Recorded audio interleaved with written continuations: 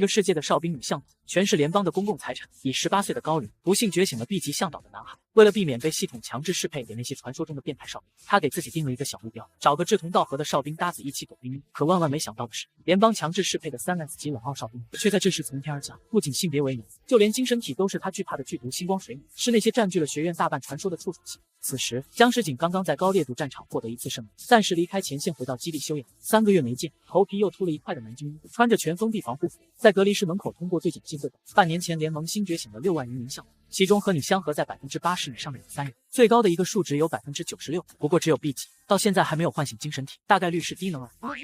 所以我建议你先建一件相合81%的这个。江石景站在黑暗无光的隔离室内，精神体巨蟹，巨大的黑色水母漂浮在他头顶，无数触手垂下，动也不动。他的状态早就压在了一个极其危险的临界点上，每次出战都让情况更加恶化。听着南军一的劝说，想着那个一直呼唤他却又一直不出现的项目，江石景的嘴角露出一丝微笑。黑色水母疯狂挥舞着触手，狂躁的精神力冲击着上下左右6面金属，最高强度的合金被砸得砰砰响。而另一边，被称为低能儿的吉斐申请后方工作和延时适配的报告，第3次被驳回。在新世界生活的20年里，吉斐最恐惧的事就是觉醒，他不愿意变成联邦的公共财产，被送上战场。绝大多数觉醒者15、16岁就觉醒，年纪越大觉醒几率越低，但他却还是不幸的以18岁高龄觉醒成向导。保姆机器人发现后立刻上报，觉醒一结束就被打包送进了觉醒者学院。如今2年过去，无权无势的吉斐即将毕业，不但等级只有 B 级，而且还没有唤醒精神体。菜鸡如他，始终通不过后方工作和延时适配的申请，而和他同班的已经能熟练掌握精神体且父系基因提供者在政府工作的 B 级向导，却已经确认可以在后方留校任教。既然适配和兵役都避无可避，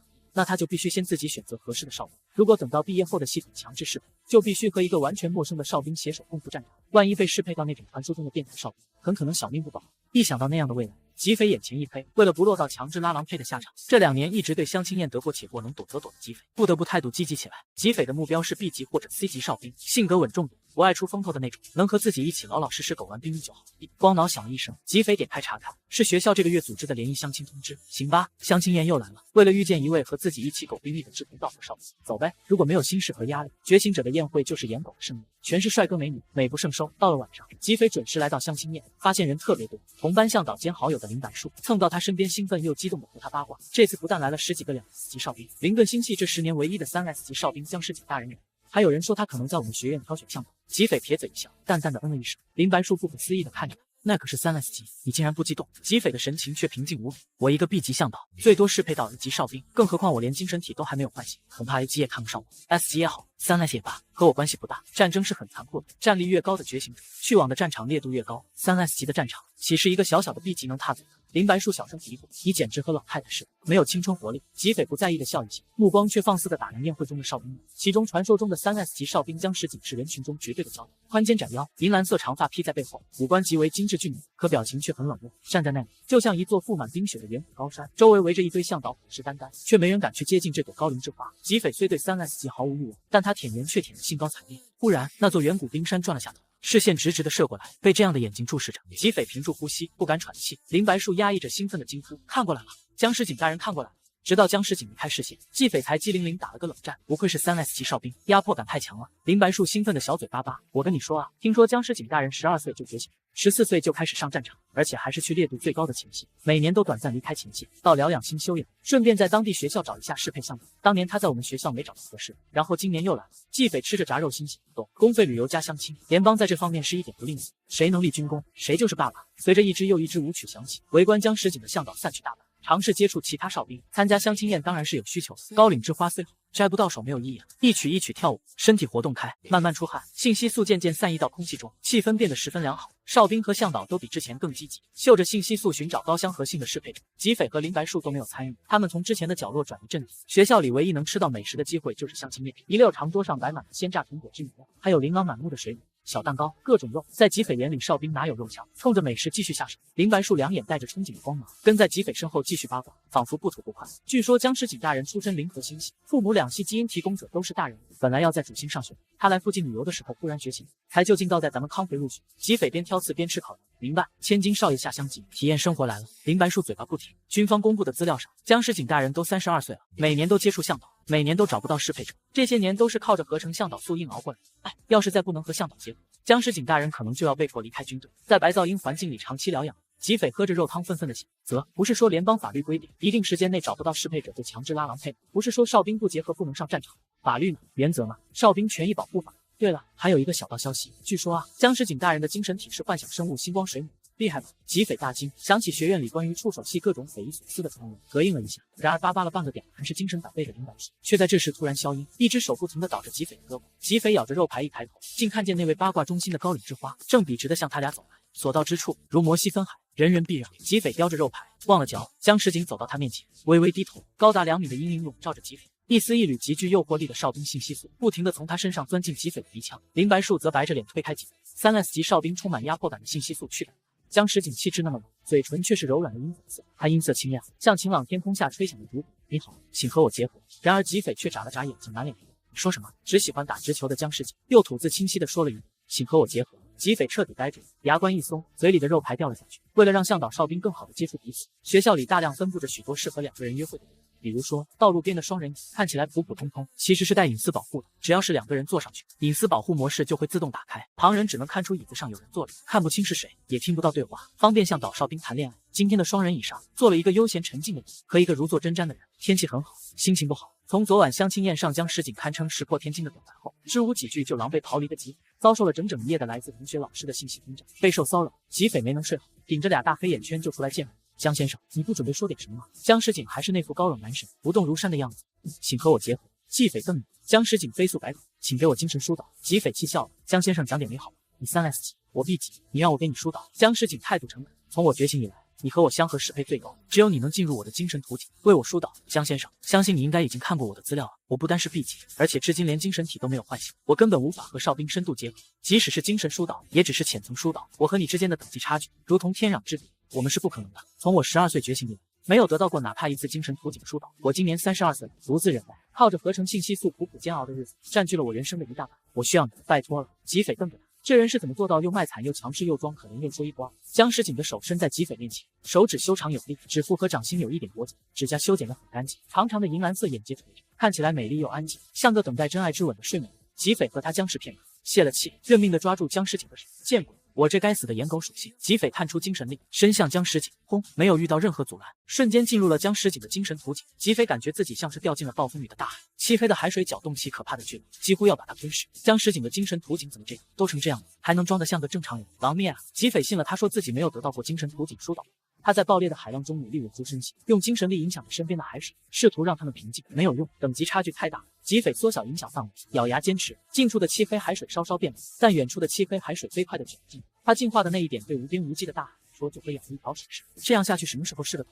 精神力急速消耗，吉斐胆战心惊。够了吧？没有回应。吉斐心里一紧，想强行脱离江石井的精神图景，失败，精神力即将见底。吉斐大骂：你他妈想弄死我，放老子出去！无人回应。脱离失败，吉斐抓狂。江石井这个变态，他一个哨兵到底是怎么把向导困在精神图景内？这题我真的没学过。小向导被3S 级哨兵花言巧语的哄进精神图景，然后就在无应答，被困在江石井的精神图景里，耗光了精神力又出不去的吉斐别无选择，他不敢用自己的命去赌，无奈唤醒了自己隐藏2年之久的精神体。一只小小的珍珠白色外壳的蚌，只是蚌壳核的4级，原本即将耗干的精神力瞬间暴涨，开始快速影响安抚身边躁动的海水，清除暗沉，黑色褪去，海水慢慢变成深蓝色，这种清理速度和能量强度是少为极。精神图景微微震荡起来，吉斐听见男人愉快的笑声，看你有精神体了。他边干活边气得咬牙切齿，妈的，老子暴露了，这王八蛋肯定是故意的，我就知道有触手的不是什么好东西，他到底怎么发现的？勉强安抚了一片海域，吉斐趁着尚有余力，再次尝试强行脱离。这一次江石井没有拦他，意识顺利回到身体，吉斐浑身发软，皮肤发烫，江石井轻轻一搂，吉斐脱力似的倒进他怀里，不住地喘着粗气。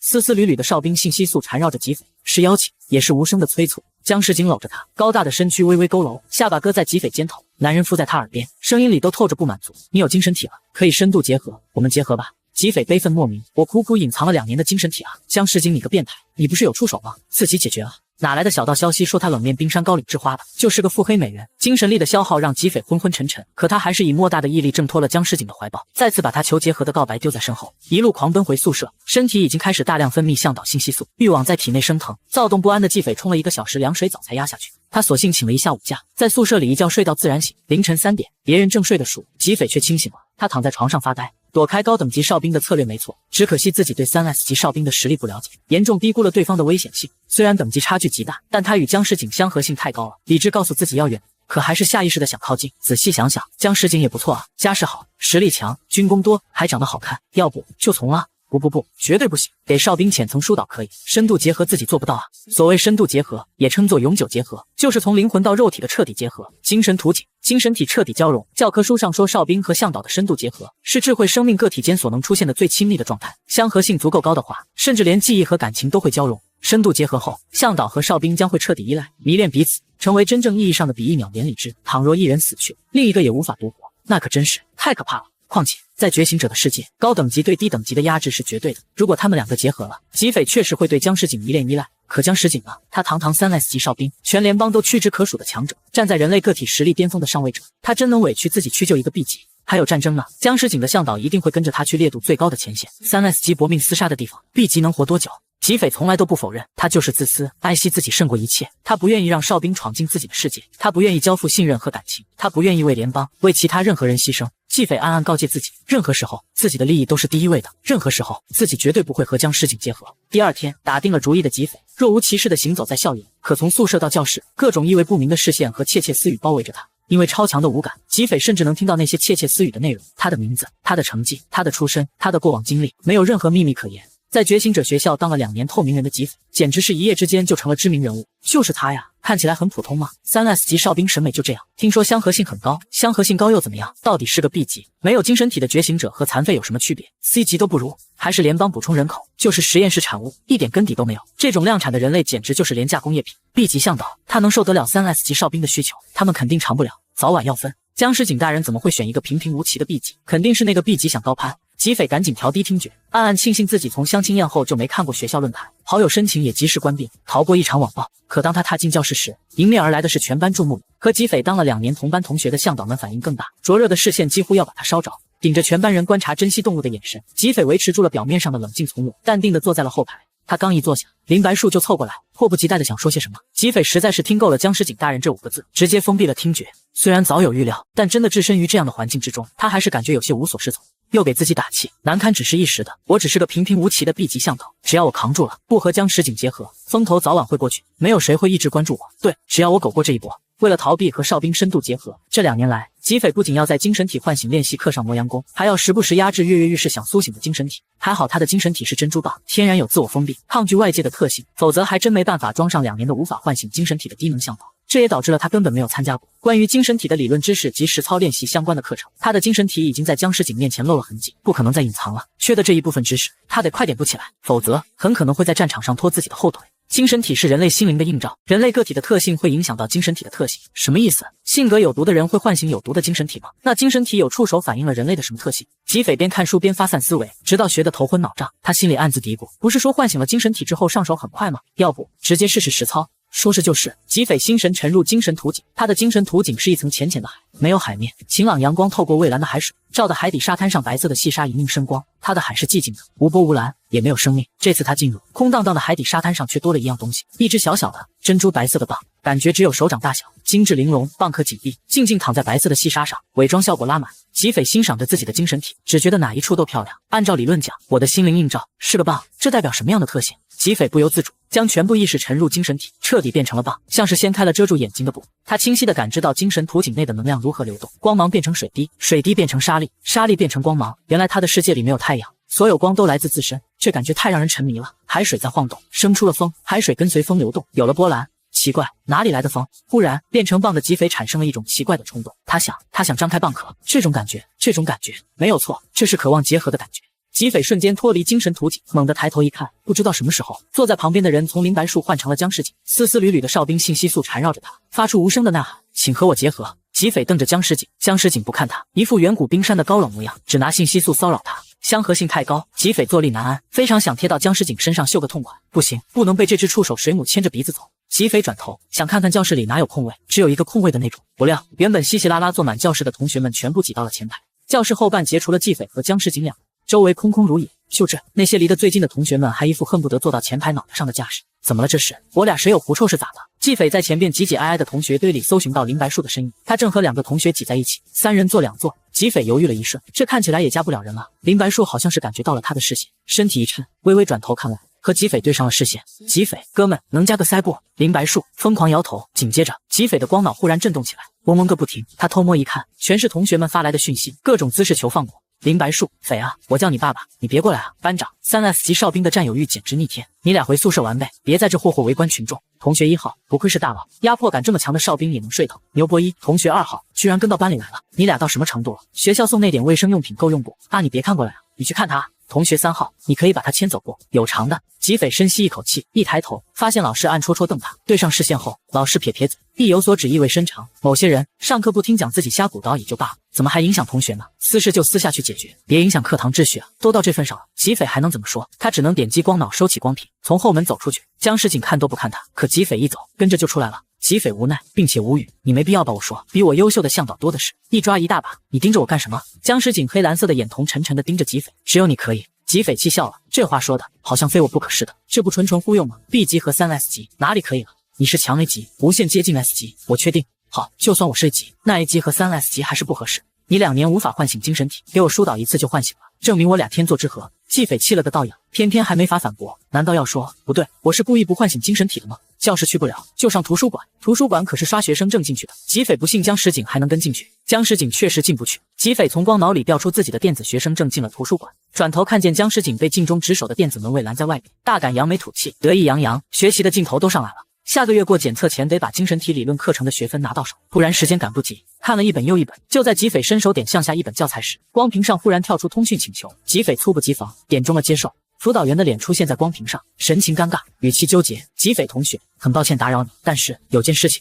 需要你出面解决一下。什么事啊，导员？辅导员却不肯直说。你先出来，出来你就知道了。等等，不会是？纪匪用最快的速度退出阅读模式，关闭了光幕的保护。随着光幕瞬间消失，一股浓郁之极的哨兵信息素扑面而来，身体瞬间起了反应。小向导躲进封闭的图书馆，然而装作若无其事却又不愿离开的3S 哨兵，因为没有学生证，被图书馆的电子守卫拦在了外面。就在纪匪恶补向导精神体理论知识时，江石景又在图书馆外面搞事情了。收起阅读存储器的光幕，一股浓郁之极的哨兵信息素扑面而来。纪匪下意识环顾四周，发现除了在存储器光幕保护下的觉醒者没反应，其他暴露在空气里的所有觉醒者都面色苍白，摇摇欲坠，统统挤在离门最远的墙边。纪匪终于后知后觉地意识到，在他努力抵抗江石景对他的吸引时，或许对其他人而言，3S 级哨兵信息素的排他性很可怕，很危险。给纪匪发讯息的辅导员穿着隔离服躲在门口，手里捏着遥控器，操作着可移动屏蔽器围住江石景，努力封锁从他身上溢出的哨兵素。眼看纪匪过来，辅导员的眼中瞬间爆发出惊喜的目光，正想开口说话，就看见纪匪目不斜视地路过他，径直走向江石景。江石景站在屏蔽器包围之中，一动不动，仍然维持着那副远古冰山的表情，眼神悠悠地盯着纪匪。瞳色漆黑，一个隐约的虚影笼罩在他体表，无数触手狂乱舞动。纪匪走到江石景面前，被精神力强行封锁在体内的向导素瞬间涌出。江石景表情变了，下一秒他撕碎了屏蔽器，将纪匪牢牢挟持在双臂间，抱着纪匪全速爆发，如闪电般掠过偌大校园，身体撕开空气，一路留下尖锐的音爆。3S 级哨兵的强大体能在这一刻显露无遗。纪匪什么也没看清，只觉得晕头转向。10几秒后，令人眩晕的高速移动终于停止，头晕眼花的纪匪抬眼撞进了江石景的眼瞳，在这双充满躁动、狂乱以及是更多渴望的眼眸里，纪匪几乎迷失。然而嘴上一疼，他清明了一瞬，发现江石景竟然在咬他。纪匪愤恨地想，就知道有触手的不是什么好东西，他索性闭上眼，意识沉入精神体，携带着图景内暴涨的精神力扑向江石景。此时江石景的精神图景比上次见到的还要夸张，已经分不出天与海的区别。纪匪的小小棒在漆黑的海水中被浪打得晕头转向，整个图景都充斥一个声音：和我结合，和我结合，和我结合。纪匪已无力吐槽，你对得起你高冷男神的脸吗？念到结合到负面情绪充满精神图景，你到底是怎么在战场上活到今天的？纪匪虽无语，但还是展开精神力，竭力消除图景内负面情绪淤积造成的暗沉，安抚狂躁的海洋。从向导的视角看，纪匪不但要拼命工作，还要忍受工作环境里烦人的噪音干扰。从哨兵的视角看，江石景浑浊黑暗的精神图景中，那小小的棒是唯一的光。S 级以下的向导梳理3S 级哨兵的精神图景，说是小马拉大车都太含蓄。唯一令棒欣慰的事情就是他的辛苦没有白费。漆黑的海洋变成黑蓝色，波涛渐渐平息，纪匪松了口气。虽然算不上有多干净，但江石景的精神图景好歹又回到了提着一口气能多熬几张的状态。对他一个小小的 B 级来说，已经是令人惊喜的工作成果，再多也做不到了。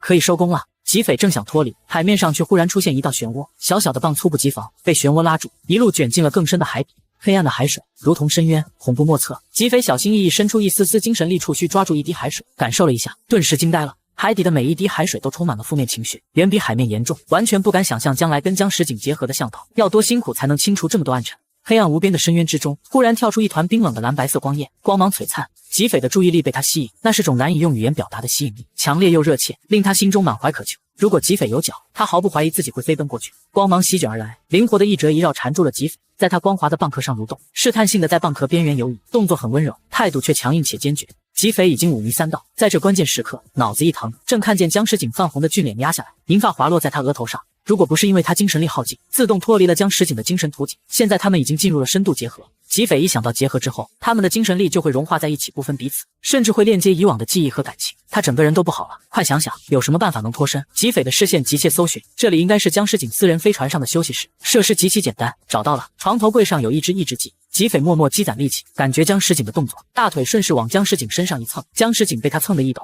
吉匪立刻抓住机会，拿起抑制剂，扭出针头，一针扎在僵尸警脖子上，淡蓝色的药液瞬间推进僵尸警身体。男人没有反应，四肢强有力地控制着吉匪。僵尸警忽然从吉匪颈窝里猛地抬头，他似乎是恢复了理智，一双黑蓝色的眼瞳盯住吉匪的双眼，眼底仿佛有风暴汇聚。吉匪紧张得快要晕过去了，1秒2秒，僵尸警嘴唇动了动，像是要说什么，然而什么也没说，两眼一闭，倒在吉匪身边，呼吸转为平稳，躁动沸腾的信息素渐渐平复，哨兵的结合热被强行终止，他睡着了。纪匪躺在僵尸警身边，在这个充斥着僵尸警信息素的房间里，苦苦忍耐体内躁动的情热，身体本能分泌的向导素慢慢填满了房间，和僵尸警的哨兵素混合在一起，那是种形容不出来的花香，浓郁持久，好似能一直香到骨子里去。吉匪只在一个人身上闻到香味，他记得课本里讲过这种情况，说明两个觉醒者之间适配度极高。他也记得讲到这里时，老师是如何唾沫横飞的强调，同学们，香味只在相合性超高的觉醒者之间出现，大多数人一辈子也闻不见，没办法，遇不见那个人而已。但是我敢说，谁要是能闻见一个人身上信息素是香的，不用犹豫，大胆地上吧，那就是你的命定之人，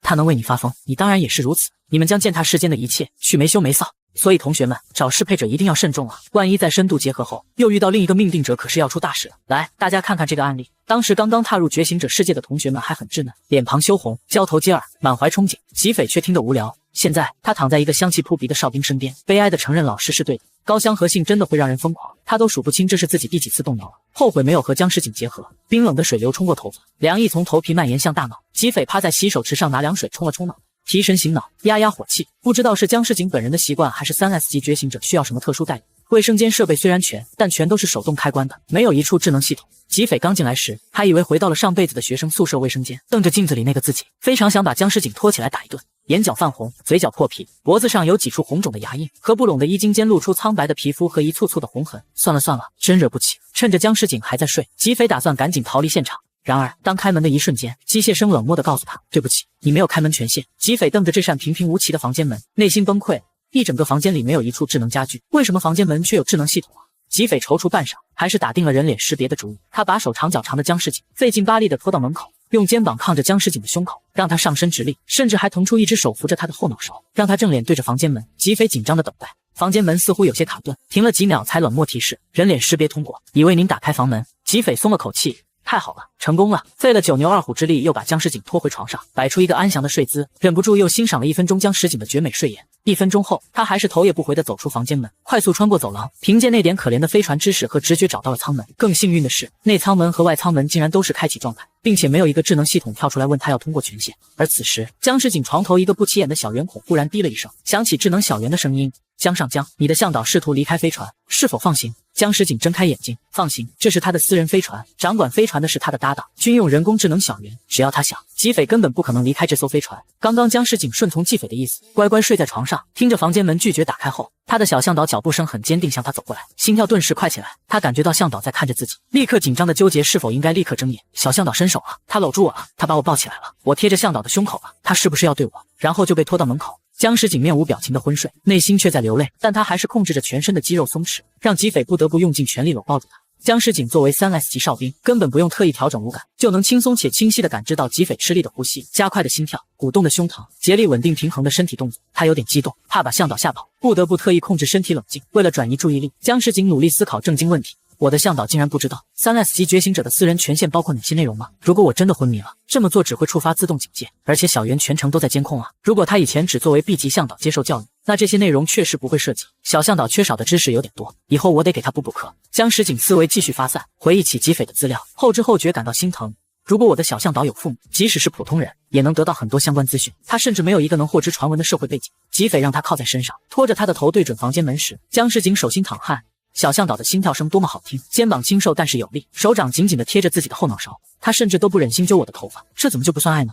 一定是他在害羞。对，我不能着急，要给他多一点时间。江诗锦垂在纪斐身后的手做了个手势，小袁接收到了这个无言的命令，人脸识别通过，已为您打开房门。江诗锦能感知到纪斐一下子的放松，压抑的呼吸声都轻快了不少。后来纪斐又把江诗锦拖回床边，把他那2条歪在床边的大长腿搬到床上，江诗锦几乎要弹起来，又以莫大的意志力忍住了。小向导摸我的大腿，他绝对喜欢我。江诗锦心如肋骨，在体表张开了一层薄薄的精神力屏障隔音，才没有被纪斐发现。感知到小向导的视线带着热度流连在自己脸上，他的心跳越来越快。就在他几乎要忍不住自爆的时候，小向导扭头走了，江诗锦的心跳顿时错了一拍。他的向导抛下他头也不回地走了。房间里分明还残留着好闻的向导素，制造它的主人却已经跑了。江诗锦百思不得其解，这么浓郁的向导素，小向导分明是在意我的，为什么不愿意和我结合呢？32年来头一次让江诗锦怀疑起自己的吸引力，为什么命中注定的向导要一次又一次地拒绝我呢？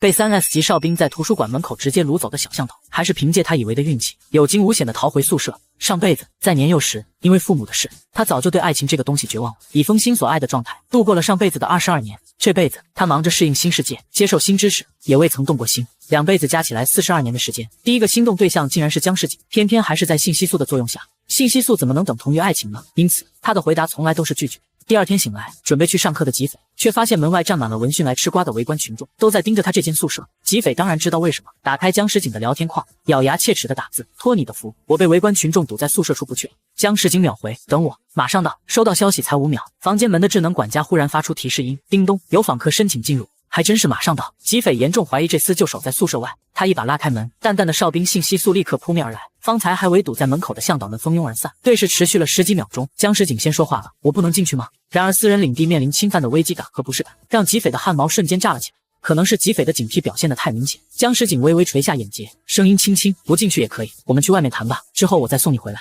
分明没有什么表情，却让吉斐莫名产生了一点愧疚感。没事，进来说。江诗锦闻言，抬起眼认真地盯着吉斐，见他没有反悔的意思，便小心翼翼地踏进了吉斐的宿舍，鼻子抽动2下，穿过会客室，目标精准地盯向吉斐的卧房，直奔床铺，没有一丝丝迟疑。江诗锦毫不客气地躺下了，浓郁的哨兵性激素以床铺为中心奔涌而出，席卷了小小的宿舍。吉斐目瞪口呆，江诗锦面无表情，目光专注。我性激素有点紊乱，需要疏导。然而热情奔放的性激素却暴露了他的想法。吉斐恨不得给自己一巴掌，把自己被荷尔蒙糊住的脑子打醒。他封闭嗅觉，放开精神力，在体表形成一层薄薄的防护场，将缠绕在身体周围的哨兵性激素排斥开。一只手背在身后，偷偷给自己推了一针抑制剂。不好意思，虽然唤醒了精神体，我现在的实际水平也只不过是个级。昨天精神力耗尽，现在还没有恢复多少，没有能力做疏导。江诗锦盯着他，脸上的肌肉抽动几下，不知道是想做出什么表情，最终还是失败了，但语气却很诚恳：没骗你，我因为身体原因，轻易不能使用抑制剂。吉斐想到昨天那一针，心头掠过一丝忧虑，紧接着又强迫自己冷静。江诗锦的目光没有任何波动或犹豫，那性激素也暂时可以，给我你的性激素。吉斐直视他，面无表情：不行，我没有和你结合的意愿，也请你收敛自己的行为。我想联邦应该没有任何一条法律支持你纠缠一个明确表示不愿意与你结合的向导。江诗锦凝视着吉斐，两人僵持了1分钟。哨兵性激素盈满整间宿舍，向导素却吝啬的不肯加入。他终于确认吉斐是不会来安抚自己，垂下视线，银蓝色眼睫盖住深蓝的眼瞳，明明是躺在床上的，气势却隐隐压迫着吉斐。吉斐不自在的微微挪动了一下身体，不知是怎么了。对待江诗锦，他只怕自己会心软，不担心江诗锦会伤害他。江诗锦沉默一瞬，忽然翻身，把脸埋进吉斐的枕头，深吸一口气。吉斐呆住，脸上硬撑出来的冷漠差点破功。江诗锦站起来往门外走，还是那副远古冰山嘴脸，完全看不出来他刚才当着吉斐的面干了件多么猥琐的事情。经过了吉斐，却没有停留，打开宿舍门前，他低声说：总有一天你会知道，我从来没有骗过你，也不是夸大其词，我需要你，也许以后你就会明白你对我的意义，我不会再来打扰你了，祝你一切顺利。说完就开门出去了。江诗锦从12岁觉醒，呼唤就开始了。每次入睡，渴望都在内心生发。他知道这世界上有一个人属于他，而他也属于那个人。这个人必然是他的向导。他把这件事讲给父母，他们满怀敬畏地听着，惊叹于3S 级觉醒者的神意。可后来，江诗锦遇见其他3S 级，才知道只有他自己是这样。从14岁踏上战场，迄今为止独自战斗，他没有向导，甚至连一个能为他浅层疏导的临时向导都没有。独自忍耐了20年的江诗锦早已习惯，假装自己是个不需要向导的寡郎哨兵，因为他的精神体是幻想生物星光水母，他是第一个，也是唯一的一个。众所周知，但凡是精神力疏导，向导的精神触须都必须进入哨兵的精神图景。然而他的星光水母虽光芒璀璨，无比美丽，可他的毒素却是针对精神力的无解剧毒，甚至连精神图景都有毒。一个出身某个家族的 S 级向导知道他很多情报，渴望与他结合，向军部申请了一次适应性精神疏导，因为85%的相合性，也因为江诗锦岌岌可危的精神状况，军部同意了。这个 S 级向导的精神触须刚刚进入江石井的精神图景，就惨叫着摔倒，精神力陷入暴动。幸好精神图景没有受损，还有恢复的希望。可负责江石井的医疗团队依然不肯放弃，只要向导数据库有更新，南军依旧拿着他的信息素去匹配，找出1、2、3、4、5、6、7、8个备选适配者，催着他休假去见面。江石井每次都会听话，每次都不抱期待，所以每次都不会失望。直到虫族扣编，江石井被迫再次投身战争，时间持续了1年。虫族退去，江石井再次接受保守治疗，然后医疗团队用尽了手段，却再没有效果。他选择了主动申请参加最高烈度的战役，因为他精神力带毒，无法与其他人协同作战，而以濒临崩溃的精神状态，孤身一人踏上最高烈度的战场，这和找死区别不大，他就是去找死。所有知情者都心知肚明，江石井随时都有可能彻底失控发疯，而以3S 级哨兵的强大战力，一旦失控，后果不堪设想。与其在自己的地盘上发疯失控，不如死在战场上。出发前，南军医给了他1管高浓缩向导素，这不是合成的，是从一个跟你相合性96%的向导身上提取的。虽然是个 B 级的低能向导，但是这么高的相合性，说不定有点用呢。我还是建议你去见见他，这么多年了，这是第一个相合性超过90%的。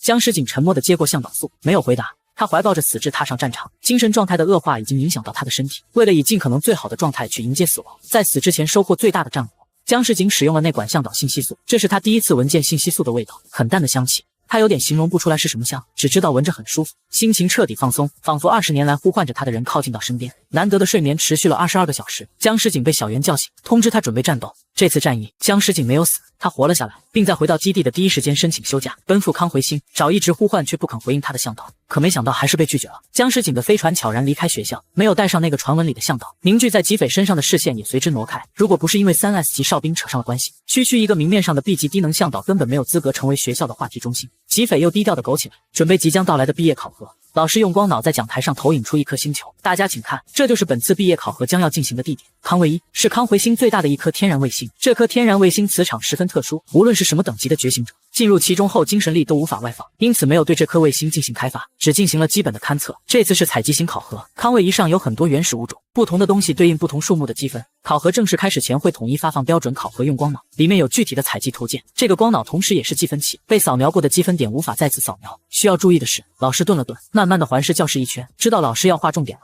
所有人都提高了注意力。考核用光脑是特制的一次性物品，容易损坏，一旦损毁，成绩报废。没有通过毕业考核的学员将以不及格的成绩进入工作岗位。所有人都隐隐倒吸了一口凉气。吉斐听的也是压力山大。讲真，他是真的不愿意去战场上，奈何觉醒者服兵役是强制性的，学校也没有留级的说法。所有人都是2年，不及格也得参军。老师继续讲解，同学们可以选择组队。相信大部分人已经找到了有意向深度结合的哨兵，不愿意组队的，独狼也行，因为独狼难度太大，所以独狼的成绩核算时会多加30%。不过要注意一点，即使开始是独狼，一旦组队，这多加的30%也是没有的。没有信心和决心独狼到最后的同学，还是考虑组队吧，不要给考核造成不必要的风险。队友之间严禁互相攻击，抢夺积分点。时刻记住，你们是联邦未来的军人，要有联邦军人的操守。最后一句话，老师的语气和表情十分严肃，学员们已经有条件反射了，齐刷刷站起来敬礼，说明课到正式考核之间只隔了3天，是留给想组队的学员接触新一队友的。只在嘴上为3S 级哨兵尖叫的林白树，其实已经有深度结合的哨兵。吉斐并没有和他们组队，他已经打算好了要当独狼。在学校的2年，他可没闲着。论体术 ，A 和 B 级向导中，吉斐可以排进前10。这3天，吉斐连门都不出，一心一意锻炼精神体，尽量补全自己最短的一块木板。虽然对考核成绩不抱希望了，但是得及格毕业呀。康回觉醒者学院收录的学生众多，仅是今年的毕业生就有近6万人。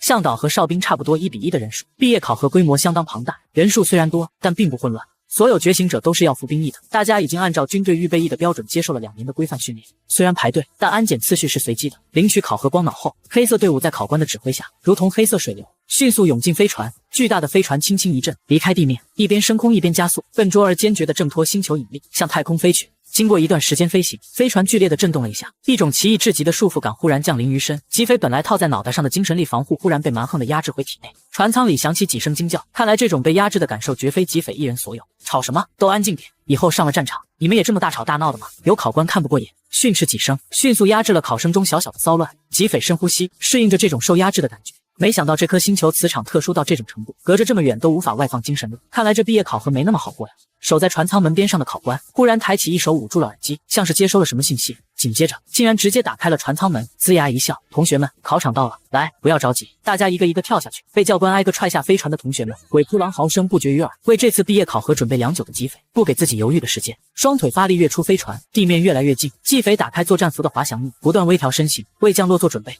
忽然，茂密的树顶间跳起一道庞大的黑影，直扑吉斐而来。吉斐来不及观察思考，军刀握在掌心，借着下落冲势，手臂轻轻一扬，半空里迸射出大片紫黑色液体，双腿如弹簧，重重踢在那一大半黑影上，借着反作用力，有惊无险地踩在了实地上。飞在半空中的隐形摄像机7秒晃了晃翅膀，给了吉斐呼满紫黑色液体的面罩一个特写。位于大气层的监考飞船里，总考官盯着吉斐的这支监控画面，赞叹道：“这小同学的体术水平真不错，应变速度挺快。我看看是 A 级哨兵里哪一个？”总考官在光脑上调出资料扫了一眼，讶然道：“B 级向导，还是没有唤醒精神体的。这体术水平在 A 级哨兵里都算很强了，竟然是 B 级低能向导吗？”副总考官挤在旁边一起看，闻言惋惜地道：“能练到这个水平，可见平时下了多少苦功。可惜是 B 级低能向导。”端坐在监控前，正对着屏幕，一言未发的某人冷淡的开口：“这个考生我盯着就行，诸位去看别人吧。那几个 SS 级应该也落定。”其他几个副总考官龇牙咧嘴的笑：“您这么忙的人物竟来主动申请监考，我们就是有点好奇嘛。”某人微微转头，幽深的目光投射向围了一圈的众人，黑蓝色的眼瞳如同恐怖深渊。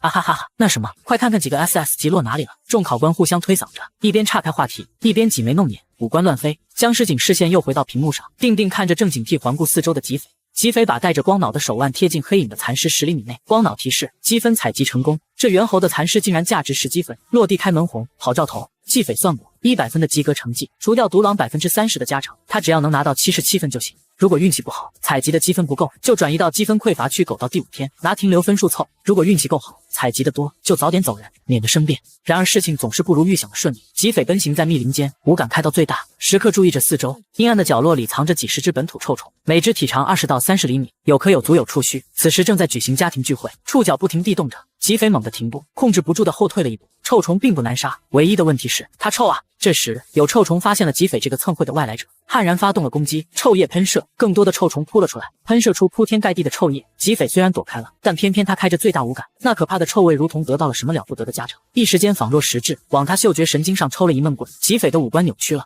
监控室里，僵尸警所在的那个角落忽然传出一声压低的轻哼，听起来如同一个短促的笑。吉斐记不清自己打死了多少臭虫，只收集到3小瓶臭液，面罩的过滤器已经罢工，即便把嗅觉降到最低，还是觉得臭味冲鼻。急需清洁的吉斐决定调整路线，寻找水源，放开速度赶路。前后遭遇了6拨人，没有发生冲突，不管是谁，远远的闻见他就赶紧躲开，甚至还被2队组队的向导哨兵用眼神嘲笑了。悲愤的吉斐发现猿猴活动的痕迹，确认只有一只，攻势狂暴利落收刀，腥臭黏腻的黑紫色血浆又喷了一身。吉斐痛苦到表情抽搐，血腥气和臭液混合在一起，更销魂了。监考室里，紧挨着将上将的那位监考官又听见一声忍笑的动静，他可以用为级哨兵的精神体发誓，绝对没有听错，动静就是从江上将那边来的。监考官脸上不动声色，悄悄打开光脑隐私模式，一条信息飞快发在了这场考试到底哪里不同的聊天群。而此时的吉斐现在情况有点不妙，他刚杀完猿猴，还没来得及采集，忽然耳边呼啸炸响。拧身站定一看，是刚才遇见的那2队组队的向导哨兵，为首的高大哨兵已经脱掉了面罩，冲着吉斐狰狞一笑：“哥们，多谢你帮忙杀了猎物，现在你可以退开了。”吉斐看着他们，借着姿势挡住一只手，背至身后抓住了臭液瓶，平静道：“你这是想抢我的积分？”高大哨兵还想说什么，他的队友们不耐烦了：“你废话怎么这么多？跑了这么久才遇见这一个好欺负的，他就一个人，跟他商量个啥？你怂就一边去，我拿这10分，赶紧的，臭死了！识相的你就快滚！”说时迟那时快，吉斐封闭嗅觉，同时手臂一扬，用力一抛，一只10毫升的臭液瓶重重地砸在了那4人组的脚下。吉斐双腿如同弹簧，瞬间蹬地弹出，眨眼间扑到猿猴尸体边，光脑对了上去，采集成功。4人组被熏得头晕眼花，眼酸鼻痛，只看到吉斐高速掠走刮起的落叶，一眨眼，连背影也不见了。僵尸警坐在监控屏幕前，紧盯着吉斐露出好东西分享成功，有些幸灾乐祸的表情。他又不由自主轻笑了一声。考核的第3天，自从降落开始，吉斐一刻不停地控制着精神力，调整身体状况，尽可能维持着战斗力和行进速度。独狼没有队友可以分担，体力消耗太大了，必须先找个地方缓缓。忽然，吉斐停下脚步，转身，平静道：“哥们，别藏了，有什么话当面说。”不远处，沙子忽然被拱起，沙堆里蹦起一人，面罩一掀，满脸惊讶：“你胆子好牛啊！我藏在沙子里，你都发现了，大佬求带！”吉斐心里尖叫：“我就炸一把，看有没有跟踪的。”脸上硬是撑住了：“我独狼，不组队。”那考生笑了一下：“其实我也是独狼，精神体是黑脸皮鹿，我是特长生，虽然是 B 级哨兵，但是战斗意识、体术都不太行，毕业考核不比特长，所以大家不愿意和我组队。”吉斐挑挑眉：“独狼也有分数要求的，你不去找积分，躲沙子里？”考生笑笑：“我是发现那边有人打架，所以躲起来的。反正我战斗不行，只要躲过6天就有63分，独狼有77分就及格了。每天能活动的时间虽少，不过我挺满足的，继续躲下去，说不定能及格呢。”吉斐意外地看着他，这个世界的教育就是歌颂牺牲、歌颂奉献、歌颂英雄。面对挑战，觉醒者们大多数都是争先恐后的，很少见这种愿意苟的哨兵。等等 ，B 级哨兵等级也挺合适，精神体是黑脸皮鹿，生性温顺，不爱争斗，还是特长生。吉斐露出一个友善的微笑：“兄弟，你是哪方面的特长生啊？我是机械制造的，机械制造，这不天选的机械维护师吗？入伍肯定分配到后勤了，毕业考核当独狼，肯定还没找到结合的向导，这不正是我心心念念的狗兵一搭子吗？吉斐露出灿烂的微笑，兄弟，巧了，我刚才捡了个空投，全是机械零件，这不正是你发挥特长的地方？考生愣了一下，大喜，你是愿意和我组队吗？谢谢大佬，太谢谢了。季斐点开光脑，大方笑道，好说，我们点组队申请。考生猛猛点头，好好好。隐形监控鸟摇了摇翅膀，监控室里的姜世锦看着自己的考官光脑上收到的组队申请，抿了抿嘴唇，点下通过。吉斐和考生组上队，遂伸出手道：“兄弟，重新认识一下，我叫吉斐，不是什么大佬，也是个没人愿意要只能独狼的，以及格为目标在奋斗，以后咱俩一起努力，及格毕业。”考生一把握住他的手，感动到流泪：“谢谢你和我组队，我叫黑鹿，我一定会好好努力的。”隐形监控鸟又摇了摇翅膀，姜世锦盯着两人相握的手。待在同一间监控室里的考官们忽然集体打了个冷战，惊疑不定，四下打量，怎么回事？哪里来的杀气？这世界的老天爷相对而言还算是公平，关上了你的一扇门，就会给你打开一扇窗。武力直飞的黑鹿，机械制造水平挺不错。吉斐背出来的那一包机械零件被他组装成了两个小巧玲珑的机械动物，一个能变形钻头的蜘蛛和一只飞鸟。天上地下寻找积分点，组队后采集的分数不会直接进到采集者个人的余额里，而是按照所有队友一致选择的分配方案去分配到个人头上。根据两人目前的分数协商了分配方案，平均的话，吉斐应该会先到达目标分数，到时候再换成个人分配，然后都由黑鹿采集满100再提交成绩。黑鹿不好意思，这我不就拖累你了？其实你不用等我的，分数够了就提交吧。吉斐笑得大方，他有意和黑鹿搭伙狗兵役，现在当然有必要迁就他一点。没事，咱们是队友嘛，我看你也挺有眼缘的。黑鹿脸上露出一丝红色，他是个土生土长的哨兵。吉斐这番释放善意的话术，在他听起来和告白没什么分别。谢谢，我也，快看，出货了，积分点，蜘蛛先找到了。吉斐盯着控制器，眼睛一亮，快速向蜘蛛定位地点跑去。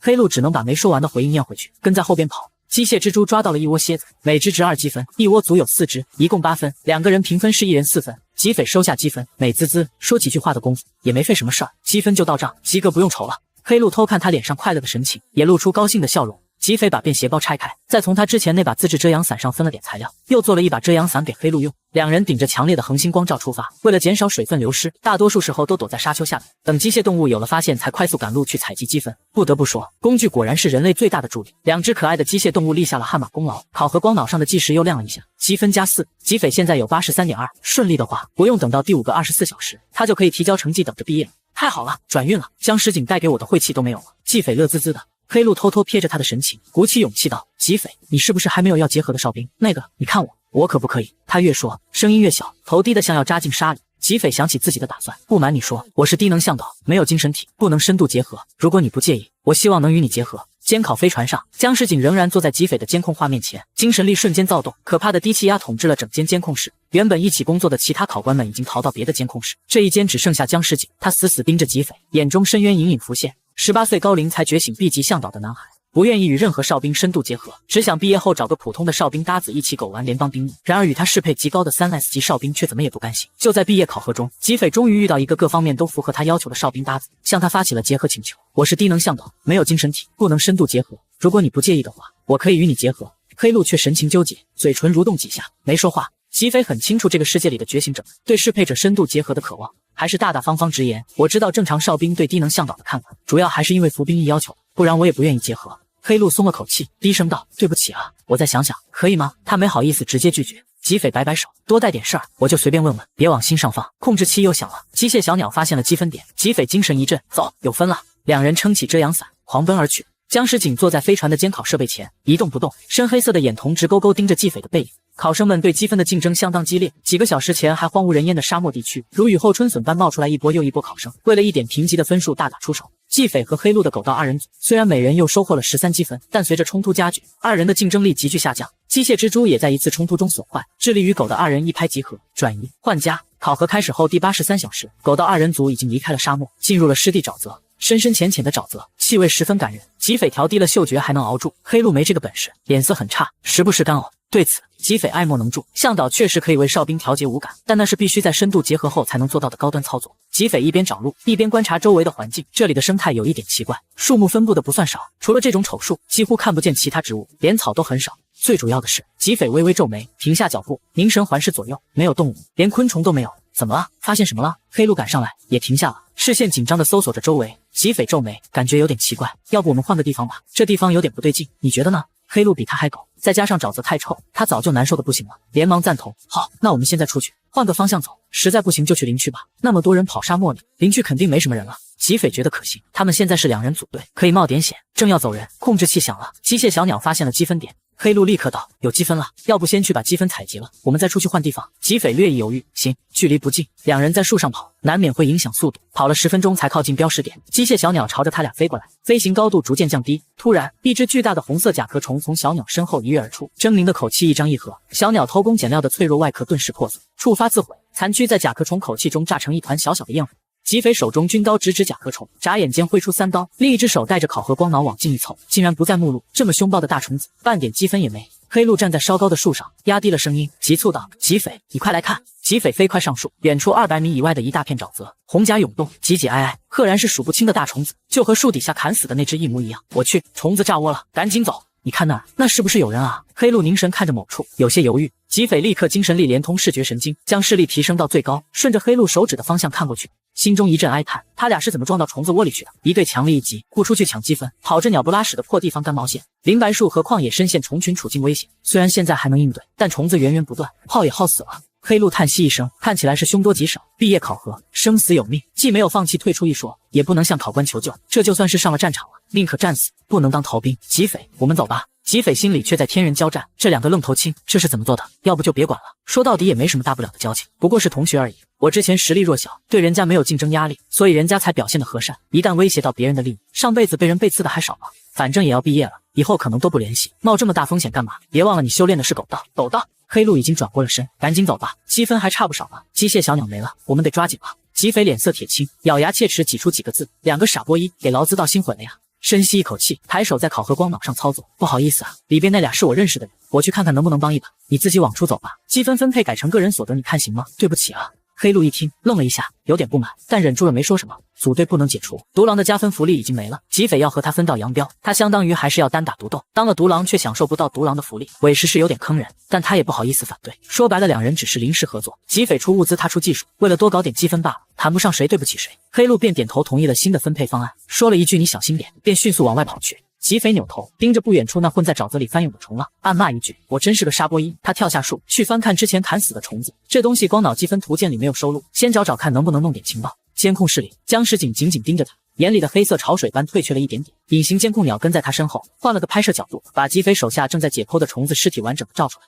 叫来隔壁实时吃瓜的主考官，语气淡定，从口气结构来看，有点类似虫族中的采矿工兵，请对该位收录物种进行收录，并将具体信息确认后通报考生。主考官严肃道：“明白，快步离去。”江石井换回实时监控，他略一沉思，点开光脑，写了个特殊救援行动预申请发送给总考官。吉斐此时正在测试红色甲壳的硬度，军刀只能在甲壳留下切砍的痕迹，却不能一下砍断。幸好重复还是普通虫子的硬度，体内器官砍烂了，看起来有油脂感。吉斐试着用明火烧了一下，竟然能引燃，并且烧得挺快。远远忽然传来一声断裂声，吉斐一个机灵，上树一看，之前林白树旷野2人立足的树已经倒在虫群中，渐渐没入沼泽。他们2人一边踢虫，一边在其他还站着的树上飞奔，试图往虫群外跑。奈何虫群实在庞大，速度也快，2人跑了几棵树后，又在一棵树上站住，继续踢虫。不知道是体力有限，还是觉得没有机会，吉斐脑瓜子突突突的疼，总算明白为什么那里有一片没树的空地。感情之前是有树的，只是都断到沼泽里去了。也是，这虫子的口气那么凶，啃个树还不是小意思。之前不啃，估计是不爱吃。吉斐一咬牙，拿出那半瓶子浓缩臭液，在自己身上少少的倒了一滴，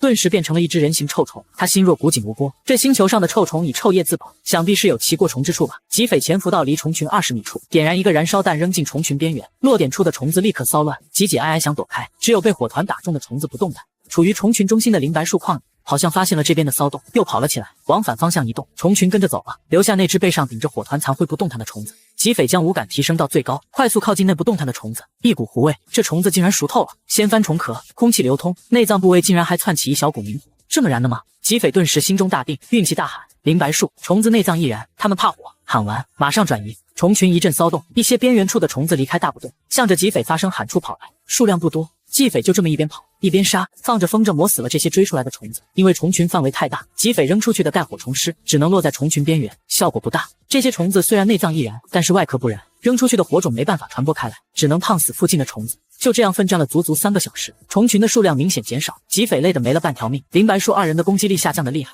应该也快到极限了，再不尝试突围就没有足够的体力了，下场必然是被虫群耗死。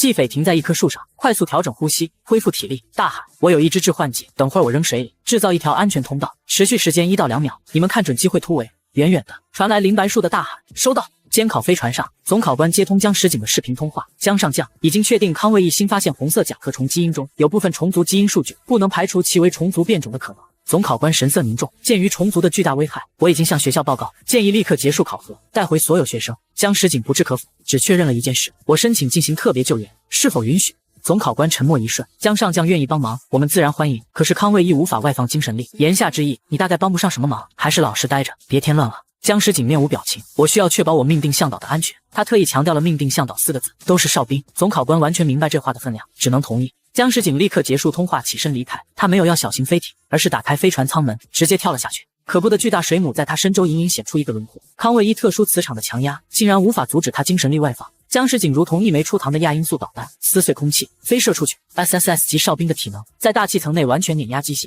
击匪早将一只解毒剂咬在嘴里，没有迟疑，高速冲到虫群边缘，致幻剂遇水而溶。沿线的虫子重要，不分敌我的骚乱。药剂瓶出手的瞬间，击匪手中军刀在半空里划出一道炫目的刀光，急速的锋锐划开了3只虫子的腹部，绿血喷洒。下一瞬，旷野已经如风一般带着林白树冲出虫群，在树上腾挪纵跃，一次移动3-4米，发足狂奔，以最快的速度逃离虫群。远处没有被置换的虫群立刻涌动过来包抄，这一跑就是5分钟。击匪体能濒临极限，不得不停下，往树杈子上一躺，大口呼吸，眼前一阵阵发黑，心跳快的要爆炸。旷野也到了极限，手臂松开，林白树爬高一点，举目远眺，没追来，看来是摆脱了。击匪缓过一口气，问他：“怎么回事啊？你们怎么就让虫子围上了？”一提起这事儿，林白树就郁闷：“别提了，真是太倒霉了。我俩本来只是路过的，压根没打算在这块地方找积分。搁树上走得好好的，那些虫子就忽然都从地下冒出来，一眨眼的功夫，我俩就身陷重围了，杀不尽，逃不脱。要不是你来帮忙，我俩这次要糟。”电光火石之间，一股极其强烈的危机感袭上3人心头，疲软的身体压榨出最后一丝力气，3人同时竭力起跳。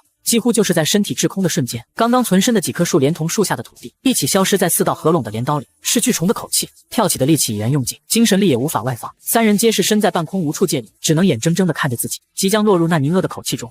18岁高龄才觉醒 B 级向导的男孩，不愿意与任何哨兵深度结合，只想毕业后找个普通的哨兵搭子一起苟完联邦兵役。然而他命定的3S 级哨兵却在一直关注着他。在毕业考核即将落入重口的击匪，头脑里一片空白，他感觉要搏命了，不然可能会死。忽然，无数道星光从天而降，射向巨虫，撕碎巨虫的甲壳，狰狞的黑红色虫体染上梦幻般的幽蓝，竟有一种诡异的美感。闻到熟悉的香味，2条结实有力的胳膊揽住他的后背，身体停止下坠。击匪听到他手掌下自己响如雷鼓的心音：“江石井，你来了。”而江石井揽住他，生硬的安抚道：“没事了，别担心，睡吧，你已经到极限了。”这次的意外导致学校主动结束考核，3人在医院醒来才发现，红色甲壳虫被认定为单只5分，林白树旷野并列第1。击匪的积分也突破了5位数，高居全校第3，以优异的成绩毕了业。而江石井却只给击匪留了一条讯息：“我有事，先走了，之后见。”就再无消息。击匪心脏无端的紧缩，一位3S 级哨兵，在职军部上将，还能有什么事？此时距离击匪出院已经1个月，他已经抵达了第158陆军基地参加新兵训练，正式开始了兵役生活。新兵训练强度出乎意料的强，比起身体受累，精神上也很有压力。击匪注意到，来158基地的这2000新兵，向导和哨兵比例持平，全部是未结合，而且宿舍分配竟然是哨兵向导混居宿舍。刚踏出校门的觉醒者们还没有经历过社会的毒打，愤愤不平地去找教官理论。教官居高临下俯视新兵，语气冷静漠然：“吵什么？这都是因为你们还未结合，基地不好安排，才导致这种结果。如果你们已经有了深度结合的适配者，现在早就去了真正的前线，哪还用得着在这里浪费时间？”